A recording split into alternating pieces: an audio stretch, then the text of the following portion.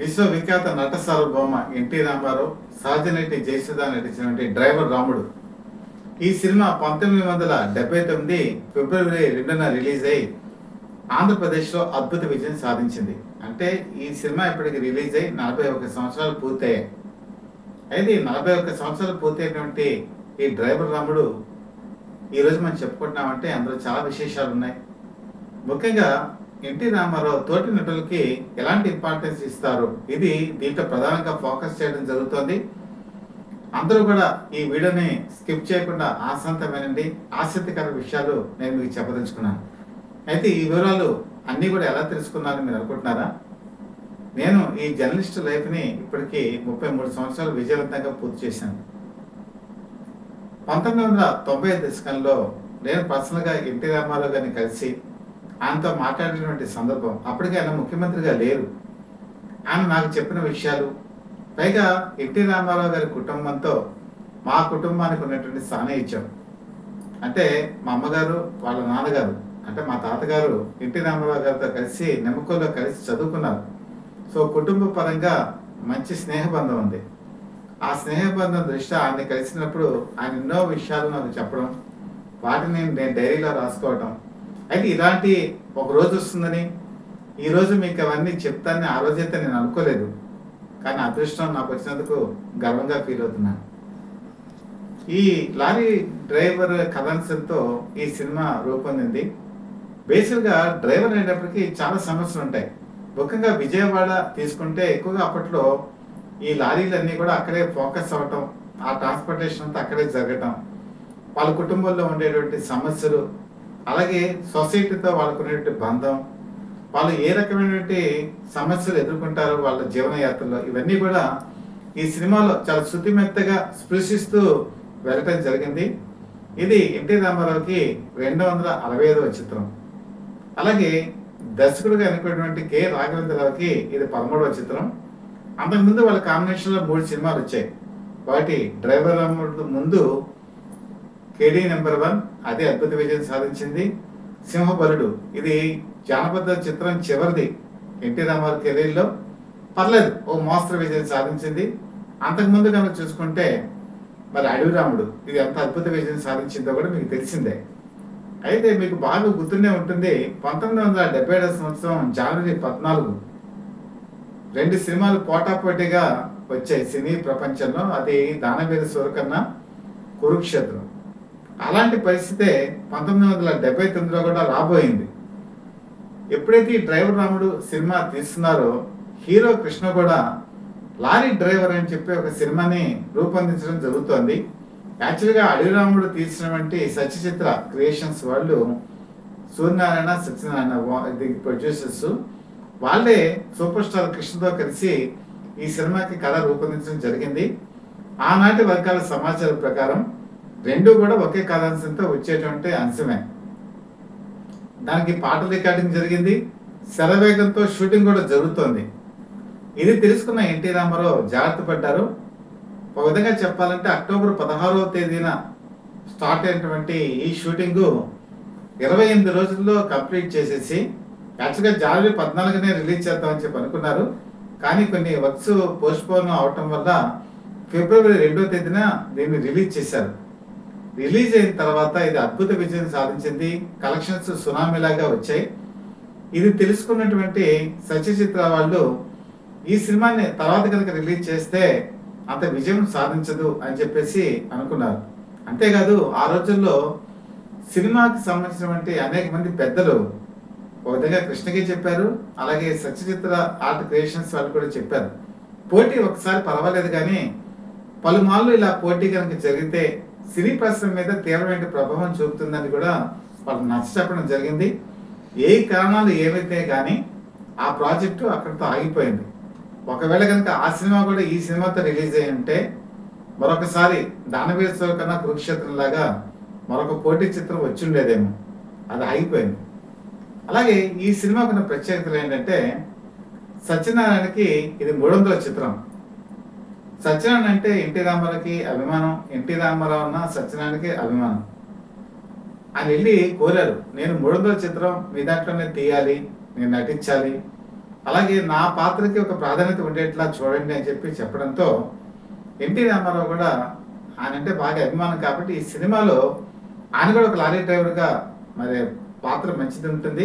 First negative character, కానీ తర్వాత వచ్చేప్పటికి అది పాజిటివ్ క్యారెక్టర్గా మారుతుంది. ఎన్టీ రామారావుకి హెల్ప్ అవుతుంది. డిఫరెంట్ మనిషి మీరు చూడండి, డిఫరెంట్ మనిషి కూడా అంతే. Share Khan character first negative, తర్వాత పాజిటివ్, ఆ తర్వాత అతనికి హీరోకి హెల్ప్ చేస్తాడు. సేమ్ అలాంటి పద్ధతి ఇక్కడ కూడా. విధంగా సత్యనారాయణకి మంచి పాత్ర అనమాట. ఆయన చిరకాలం గుర్తుండేటువంటి పాత్రని మనం చెప్పుకోవచ్చు. మరి విలన్స్ ఎవరు పెట్టాలి అనుకున్నప్పుడు రావు గోపాలరావు మెయిన్ విలన్, అతని కొడుకుగా మోహన్ బాబు నటిస్తారు. మోహన్ బాబు కూడా తనకు తగ్గ విలనిజం ఈ సినిమాలో చూపించడం జరిగింది. ఇంకా హీరోయిన్ క్యారెక్టర్కి వచ్చేప్పటికి సహజ నటి జయసుధ. చుక్కమ్మ అనేటువంటి ఒక నేషనల్ హైవే మీద రెస్టారెంట్ నడిపేటువంటి క్యారెక్టర్. ఆ క్యారెక్టర్ చాలా మాస్గా ఉంటుంది. తర్వాత ఈ సినిమాలో చాలా హెల్ప్ఫుల్గా ఉండేటువంటి పాత్ర. ఈ పాత్రని ఆమె వెనక చేశారు.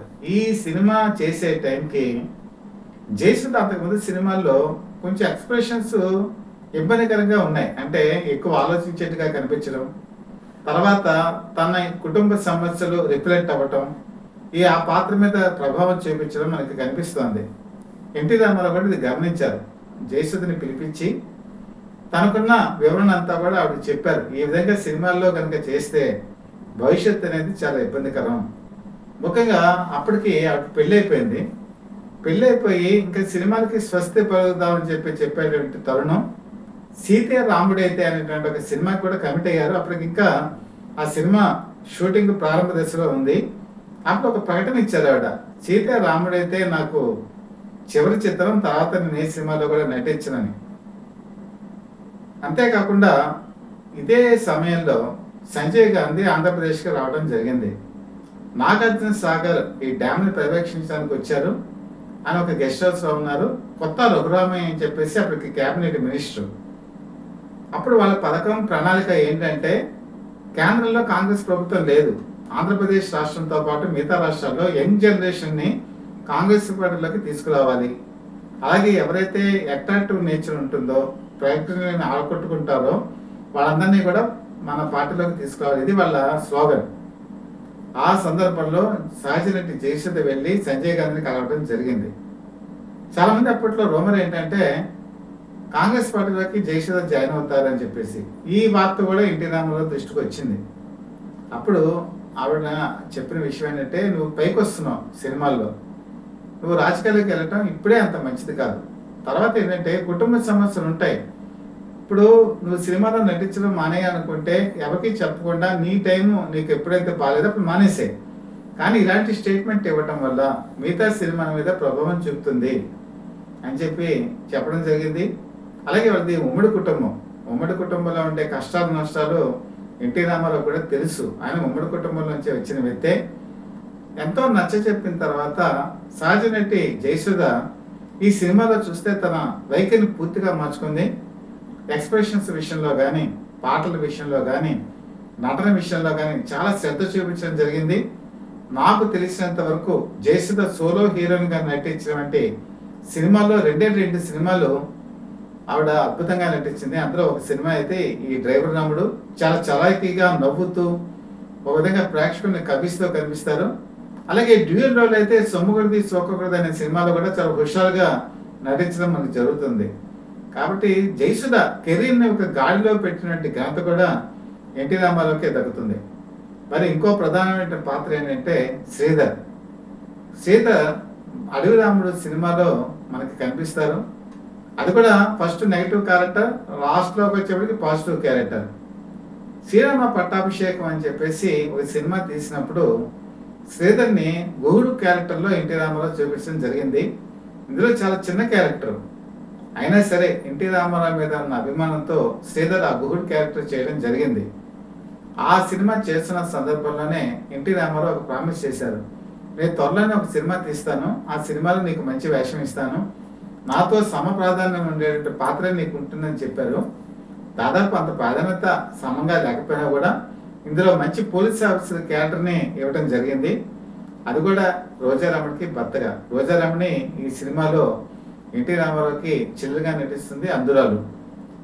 అందులో ఒక మంచి పాట ఉంది, అదేంటంటే ఏమని వర్ణించను అని చెప్పేసి ఆ పాటలో రాముడు కాదమ్మా నిందలు నమ్మడు, కృష్ణుడు కాదమ్మా సవతలు ఉండరు, ఈ లోపాలు ఏవి కూడా ఇందులో ఉండవు అని చెప్పేటువంటి ఆ సీన్లో అక్కడ ఒక పాటలో ఒక చిన్న బిట్ ఉంటుంది, దేవుణ్ణి నేను కోరేది నీ రూపాన్ని చూడాలని అని చెప్పేసి ఒక అర్థం వచ్చేది ఆ పాటలో ఉంటుంది. అప్పుడు ఎన్టీ రామారావు మీద ఒక క్లోజప్ షాట్ వేస్తారు. ఆ క్లోజప్ షాట్ ఎన్టీ రామారావు నటించిన సినిమాల్లో అత్యుత్తమ క్లోజప్ షాట్ అని చెప్పి చెప్పుకోవచ్చు. అలాగే ఇందులో ఈ పాత్ర చేస్తున్నప్పుడు ఒక కుంకుమ తీసుకొచ్చి నుదులు పెట్టేటువంటి సీన్ ఒకటి ఉంది. అక్కడ పూజా మందిరం కనిపిస్తుంది. మీరు బాగా కనుక అబ్జర్వ్ చేస్తే ఆ పూజా మందిరంలో దేవుళ్ళ ఫోటోలతో పాటు అప్పటి ప్రముఖ దర్శకుడు కేవీ రెడ్డి, అలాగే విజయకి సంబంధించినటువంటి వాహిని స్టూడియోస్కి సంబంధించినటువంటి చక్రపాణి, ఈ రెండు ఫోటోలు కూడా అందులో కనబడతాయి. అయితే ఎందుకు కనబడతాయంటే కేవీ రెడ్డి పాతాళ భైరవి సినిమాలో తనకు అవకాశం ఇచ్చి ప్రోత్సహించారు, ఆ గౌరవం ఒకటి. ఆ తర్వాత చక్రపాణి అప్పటికే ఆయన మరణించారు. ఆయన మధురానుభూతి జ్ఞాపకంగా ఆ ఫోటోని కూడా అక్కడ పూజించుకోవడం జరిగింది. అయితే ఎన్టీ రామారావు ఎక్కడా కూడా దీన్ని పబ్లిసిటీ చేసుకోవాలా, ఆయన మనసులో ఉన్నటువంటి భావాన్ని ఆ ఫోటోల ద్వారా ఆయన చూపించారు. దీన్ని బట్టి మనం అర్థం చేసుకోవచ్చు, ఎన్టీ రామారావుకి ఎవరైతే ఆలంబనగా నిలిచారో తర్వాత కాలంలో ఆయన ఎప్పుడు కూడా మర్చిపోరా. ఒక సూపర్ స్టార్ అయినా కూడా తాను నిత్యం దాకా తనకు ఉపయోగపడిన ప్రతి ఒక్కరిని కూడా ఆయన గుర్తుపెట్టుకున్నారు. మీరు బాగా గుర్తుండే ఉంటుంది, 83వ సంవత్సరం జనవరి 9న ముఖ్యమంత్రిగా ప్రమాణ స్వీకారం చేసినప్పుడు నాగిరెడ్డి అంటే విజయవాహిని అధినేత ఆయన్ని తీసుకొచ్చి తన కుర్చీలో ఎదుర్కోకుండా కూర్చోబెట్టుకొని రోజు ముఖ్యమంత్రిగా సైన్ చేశారు. ఆ సైన్ చేసినప్పుడు ఆయన అక్కడే ఉన్నారు. అదండి ఎన్టీ రామారావు అంటే, అంత గొప్పగా గుర్తుపెట్టుకుంటారు. ఈ సినిమా విషయానికి వచ్చేప్పటికి రామారావు ఆయన ఆలోచించే విధానం కూడా మనం ఒకసారి పరిశీలన చేయాలి. ఎన్ఐటి బ్యానర్ మీద అనేక విజయవంతమైనటువంటి సినిమాలు ఆయన తీసిన విషయం మీకు తెలిసిందే. అది కూడా ఎవరి పేరు మీద తీశారు, త్రివిక్రమరావు పేరు మీదుగా తీశారు, సోదరుడు. 1977 సంవత్సరంలో దానవీర సూరకర్ణ, ఇది రామకృష్ణ సినీ స్టూడియోస్ మీద ప్రారంభమైంది. అప్పటి వరకు ఎన్ఐటి బ్యానర్ మీద వచ్చినటువంటి సినిమాలన్నీ కూడా ఆ నెగటివ్స్ కానీ ఆ రైట్స్ కానీ అన్నీ కూడా సోదరుడు త్రివిక్రమరావుకి రాసిచ్చేశారు. ఇంకా దానివల్ల ఏంటంటే తన కుటుంబం వాళ్ళెవరు కూడా మళ్ళీ క్లెయిమ్ చేయకుండా ఆయనకి ఒక మంచి దారి చూపించారు. అది ఎన్టీ రామారావుకి తమ్ముడి మీద ఉన్నట్టు అభిమానం. మరి తర్వాత కాలంలో పిల్లలు ఉన్నారు, హరికృష్ణ, బాలకృష్ణ, వీళ్ళందరూ ఉన్నారు. వాళ్ళ గురించి ఏదైనా సినిమా చేయాలి అని చెప్పి తలంపు వచ్చినప్పుడు Taraka Rama film unit banner మీద ఈ సినిమా నిర్మితమైంది. దీనికి హరికృష్ణ ప్రొడ్యూసర్గా వ్యవహరించారు. అంటే ఆయన అందరినీ చూశారు, ఓ పక్క సోదరిని చూశారు, ఓ పక్క పిల్లల్ని చూశారు. అలాగే అందరి సంక్షేమం చూసిన ఆయన తర్వాత ఆంధ్రప్రదేశ్ రాష్ట్ర సంక్షేమానికి కూడా పాటుపడ్డారు. అదే ఆయనకు ఉన్నటువంటి విశాల దృక్పథం. ఇంకా ఈ సినిమాలోకి వచ్చేప్పటికి ఆయన తేలప్రోలు అని చెప్పేసి కృష్ణా డిస్ట్రిక్ట్లో ఉందండి విలేజ్. ఈ తేలప్రోలులోనే 1978 అక్టోబర్ 16 నుంచి షెడ్యూల్ ప్రారంభమైంది. విలేజ్కి సంబంధించిన సన్నివేశాలని కూడా ఇక్కడే చిత్రీకరించడం జరిగింది. అంటే న్యాచురాలిటీ ఎక్కడైతే ఉంటుందో సినిమా అక్కడ అందంగా వస్తుంది. ఆ తర్వాత ఆయన అరకుని ఎంచుకున్నారు. అరకు అప్పటికి పూర్తి స్థాయిలో అభివృద్ధి చెందల. మన తెలుగు ఆంధ్రప్రదేశ్కి సంబంధించిన సినిమాల్లో మొట్టమొదటిగా అరకులో షూటింగ్ జరుపుకునే చిత్రం కూడా ఈ డ్రైవర్ రాముడే. ఇందులో దొంగ దొంగ దొరికింది, దొంగల బండి ఎక్కింది అనే పాట మీకు తెలుసు కదా. ఈ పాటని పూర్తిగా ట్రైన్లో ఈ అరకులో చిత్రీకరించడం జరిగింది. సినిమాలో ఈ పాట చూస్తున్నంతసేపు ప్రేక్షకులు ఒక్కసారి తన్మయత్వం, లేకపోతే ఇంత గొప్పగా ఈ పాట ఉంది అంటే చెప్పి ఆలోచించారు. మన తెలుగు సినిమాల్లో మొట్టమొదటిగా ఫుల్ లెంత్ ట్రైన్ సాంగ్ చిత్రీకరించింది కూడా ఈ డ్రైవర్ రాముడిలోనే. డ్రైవర్ రాముడిలో ఈ సినిమా ఈ పాట చూసిన తర్వాత మిగతా ప్రొడ్యూసర్స్, డైరెక్టర్స్ దీన్ని ఫాలో అయ్యారు. ఎన్టీ రామారావు ఏదైనా సరే ముందంజలోనే ఉంటారు. ఆయన చూసి మిగతా వాళ్ళు ఫాలో అవుతారు, మిగతా వాళ్ళు ఫాలో అయ్యేదాన్ని ఆయన ఫాలో అవ్వరు. అందుకే ఆయన యుగ పురుషుడు అయ్యాడు. అలాగే ఈ సినిమా అరకులో తీసేటప్పుడు అప్పటికి ఇంకా ఇన్ఫ్రాస్ట్రక్చర్ డెవలప్ అవ్వాల. లోతట్టు ప్రాంతాల్లో తీసేటప్పుడు ట్రాన్స్పోర్టేషన్ ఇబ్బంది అయింది.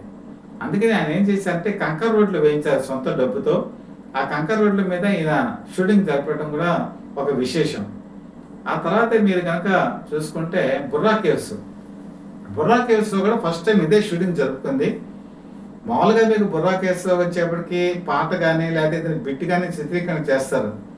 ఈయన మొట్టమొదటిగా ఈ బుర్రా కేవ్స్ లోకి వచ్చేప్పటికి ఒక ఫైట్ సీన్ తీయడం జరిగింది. దాని గురించి ప్రత్యేకంగా ముంబై నుంచి షెట్టి అని చెప్పేసి ఒక ఫైటర్ అని తీసుకొచ్చారు. షెట్టి చాలా ఫేమస్ ఫైటర్. ఈ బుర్రా కేవ్స్ లో ఈ ఫైట్ ని అద్భుతంగా చిత్రీకరించారు. ఆ పాట, ఈ ఫైట్ రెండు కూడా మీకు సినిమాలో చూస్తే అరకు అందాన్ని ప్రతిబింబించేలా చేస్తుంది. తర్వాత కాలంలో ఆయన ముఖ్యమంత్రి అయిన తర్వాత కూడా ఈ అరకు మీద ప్రత్యేకమైన దృష్టి పెట్టారు. డెవలప్మెంట్ యాక్టివిటీస్ లో కూడా తన పాత్ర వహించారు. మీకు బాగా గుర్తుంటే ఉంటుంది మేజర్ చంద్రకాంత్. ఈ సినిమా యాక్చువల్గా లాస్ట్ సినిమా నటించిన సినిమాల్లో. అయితే లాస్ట్ గా రిలీజ్ అయింది ఏంటంటే మా సామ్రాట్ అశోక తర్వాత శ్రీనాథ సార్వభౌముడు ఆ సినిమా రిలీజ్ అయింది. అదే యాక్చువల్గా శ్రీనాథుడి సినిమానే ఆయనకి లాస్ట్ సినిమా, కానీ నటించిన సినిమా మాత్రం మేజర్ చంద్రకాంత్. ఇక్కడ కూడా అరకులోనే షూటింగ్ జరిగింది. అరకులో ఒక గెస్ట్ హౌస్ లో ఆయన ఉన్నప్పుడు ఒక మంత్రి వచ్చారు అంటే అప్పుడు అధికారులు లేరైనా ఆయన్ని అక్కడి నుంచి వెకేట్ చేయించేశారు. వెకేట్ చేయించి వేరే గెస్ట్ హౌస్ కి మార్పించినప్పుడు కూడా అవమానంగా ఫీల్ అయ్యారు. అది కూడా అరకులోనే జరిగింది. ఆ తర్వాత కాలంలో వాళ్ళ కుమార్తె అయినటువంటి బాలకృష్ణ ఒక కాంస్య విగ్రహాన్ని అరకులో కూడా ప్రతిష్టాపన చేయడం జరిగింది. సో అరకు ఈరోజు చాలా వందలాది సినిమాలు షూటింగ్ జరుపుకున్నాయి. కానీ తొలినాడులోనే అరకు అందాన్ని గుర్తించి ఒక విధంగా ఆంధ్ర బూటీ అని చెప్పి ఎన్టీ రామారావు పిలిచేవారు. తన సినిమా షూటింగ్తోనే అక్కడ ప్రారంభించి తను మొట్టమొదటిగా ఒక దారి చూపించారు సినీ నిర్మాతలకి, అలాగే డైరెక్టర్స్కి. అదే అనుకున్నటువంటి గొప్పతనం. ఇందులో మారువేషాలు అంటే రామారావుకి చాలా ఇష్టం. ఆయనకి ఏంటంటే ప్రతి సినిమాలో కూడా మారువేషం వేస్తారు. మీరు చూడండి, ఆయన 90% ఆయన సినిమాలన్నీ కూడా మారువేషం వేయిందే వదిలిపెట్టరు. ఆ మారువేషంలో ఆయన ఉన్నది ఒక విధంగా ఎన్టీ రామారావు అని తెలిసినా కూడా ప్రేక్షకులు ఆదరిస్తారు. ఇందులో మరి ఎన్టీ రామారావు, సత్యనారాయణ, మాడ ఇందులో క్లియర్గా పనిచేస్తారు. వీళ్ళు ముగ్గురు కలిసి ఆడవేళ వేషంలో గెటప్లో కనిపిస్తారు. అది కూడా ప్రేక్షకులను బాగా ఆకట్టుకుంది.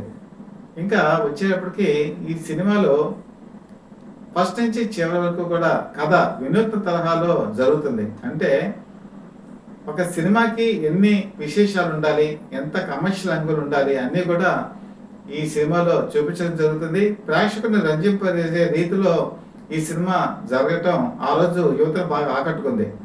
ముఖ్యంగా జయమాల్ని మనం చెప్పుకున్నాం గతంలో కూడా మన వీడియోస్లో. ఎన్టీ రామారావు నటించే ప్రతి చిత్రంలో కూడా జయమాల్ని ఉండేది. జయమాల్తో ఒక సాంగ్ కూడా ఎప్పుడు హైలైట్గా ఉండేది. ఇందులో కూడా ఒక సాంగ్ ఉంది, గుగ్గు గుడిసింది మమ్మ మంచమంది. ఇది ఫస్ట్ రికార్డింగ్ చేసేటప్పుడు ఇలాగే రికార్డింగ్ చేశారు. సినిమా మొత్తం కంప్లీట్ అయిపోయి సెన్సార్కి వెళ్ళింది. సెన్సార్కి వెళ్ళినప్పుడు సెన్సార్ వాళ్ళు అబ్జెక్షన్ చేశారు. మంచము అనేటువంటి పాట, ఆ మాట ఈ పాటలో ఉంటే అది అర్గర్గా ఉంది, దాన్ని తీసేయాలని చెప్పారు. అప్పటికి రికార్డ్స్ అన్నీ కూడా బయటకు రిలీజ్ అయిపోయాయి. అప్పుడు ఏం చేశారంటే ఒక చిన్న బిట్ని మార్చేశారు. అదేంటంటే మమ్మ మంచం ఉందని మనసుంది, మంచం బదులు మనసుంది అని చెప్పి మళ్ళీ లిప్ మూమెంట్లో చేంజ్ చేశారు. అయితే సినిమాతో పాటు ఆ పాట వచ్చేసింది. కాకపోతే అప్పటికే గ్రామ్ఫోన్ రికార్డులు మిగతావన్నీ కూడా రిలీజ్ అయిపోవడంతో ఈ మమ్మ మంచం ఉంది అని చెప్పేసి మిగతా పాటల్లో వస్తుంది. అంటే ఆ రోజు సెన్సార్ వాళ్ళు ప్రతిదానికి అంత అబ్జెక్షన్ చెప్పేవాళ్ళు. అంటే ఈ రోజుల్లో కనుక చూసుకుంటే ఎన్నో పదాలు కానీ లేకపోతే మాటలు కానీ సెన్సార్ వాళ్ళకి అందనంటే రీతిలో కూడా ఉంటాయి. కానీ ఆ రోజుల్లో అలాంటి సీన్స్ని కూడా వాళ్ళు కట్ చేసేవాళ్ళు. దానికి తగ్గట్టుగానే నిర్మాతలు కూడా వ్యవహరించేవాళ్ళు. అయితే ఈ పాట కూడా అద్భుతమైన రీతిలో సక్సెస్ అయింది. అందరూ కూడా ఈ పాటలను ఆదరించారు. మొత్తం చక్రవర్తి ఈ సినిమాకి 6 పాటల్ని సమకూర్చడం, ఆ 6 పాటలు కూడా అద్భుతంగా హిట్ అవ్వటం కూడా మనకి కనబడుతుంది. ఈ సినిమా మొత్తం కూడా చూసుకుంటే 2 కేంద్రాల్లో 175 రోజులు ఆడటం జరిగింది. తిరుపతిలో 175 స్ట్రేట్ అవే అది రన్ అయింది. విజయవాడ వచ్చేప్పటికి షిఫ్ట్ బేసిస్ మీద 175 రోజులు ఆడింది. అలాగే మిగతా 6 కేంద్రాల్లో ఇది 100 రోజులు ఆడటం కూడా జరిగింది. కాబట్టి ఎన్టీ రామారావు లారీ డ్రైవర్తో నిర్మించినటువంటి ఈ సినిమా ఒక విధంగా మన ఆంధ్రప్రదేశ్కి ఒక కలికితలాగే ఉంచింది. ఎందుకంటే లారీ డ్రైవర్ సమస్యల మీద ఏ సినిమా కూడా ఫోకస్ పెట్టాల. మళ్ళీ 1984 సంవత్సరం వచ్చేప్పటికి స్లాబ్ సిస్టమ్ వచ్చింది. ఈ స్లాబ్ సిస్టంలో ఏంటంటే ఆ రోజు చాలా మంది వ్యతిరేకించారు. ఈ స్లాబ్ వల్ల మా సినిమాలు ఆడవు, గవర్నమెంట్ ఈ విధంగా పెట్టిందని చెప్పి చాలా మంది విమర్శలు దిగారు. ముఖ్యంగా దాసనారాయణరావు, సూపర్ స్టార్ కృష్ణ కూడా ఎన్టీ రామారావు ప్రభుత్వం మీద ధ్వజం ఎత్తారు. అయితే ఎన్టీ రామారావు ఒకటే మాట చెప్పారు, నాకు ఉన్నటువంటి సినిమా థియేటర్లు, నేను ఒక డిస్ట్రిబ్యూటర్గా ఎగ్జిబ్యూటర్గా నాకు ఉన్నటువంటి ఇంపార్టెన్స్ నాకు తెలుసు అని చెప్పేసి వాళ్ళకి రుచి చూపిద్దాము, విజయం అంటే ఎలా ఉంటుందో అని చెప్పేసి మళ్ళీ డ్రైవర్ రాముడి సినిమాని 1984 సంవత్సరంలో రిలీజ్ చేశారు. రిలీజ్ చేస్తే విజయవాడలో స్ట్రేట్ అవే 50 డేస్ ఆడింది. అంటే ఒక స్లాబ్ సిస్టంలో ఉన్నప్పుడు కొత్త సినిమాలే రిలీజ్ చేయడానికి జంకేటువంటి పరిస్థితుల్లో తన సినిమా స్టామినా ఇలా ఉంటుందని చెప్పేసి ఆయన రిలీజ్ చేశారు.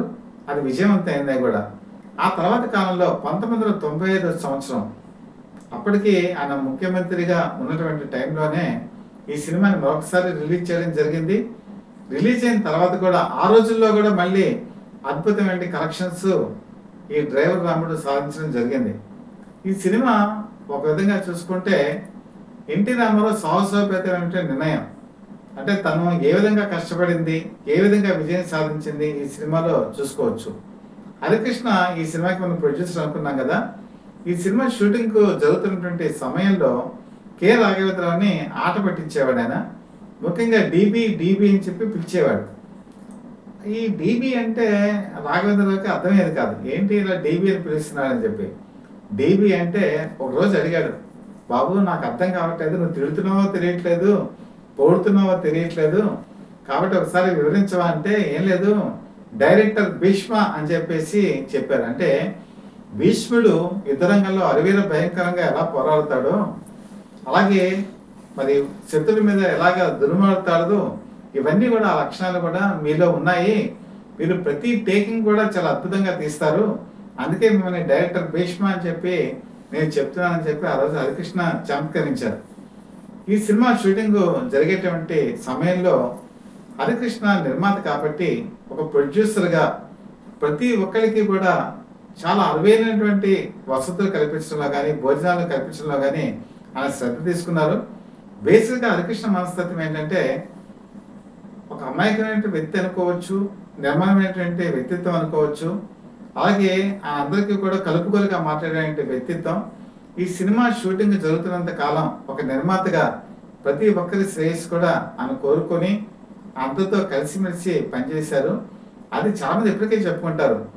డ్రైవర్ రాముడు సినిమా నిర్మాణంలో హరికృష్ణ చాలా చురుకైన పాత్ర వహించారని, ఆ తర్వాత కాలంలో రాజకీయాల్లో కూడా అలాంటి చురుకైన పాత్రే హరికృష్ణ వహించడం జరిగింది.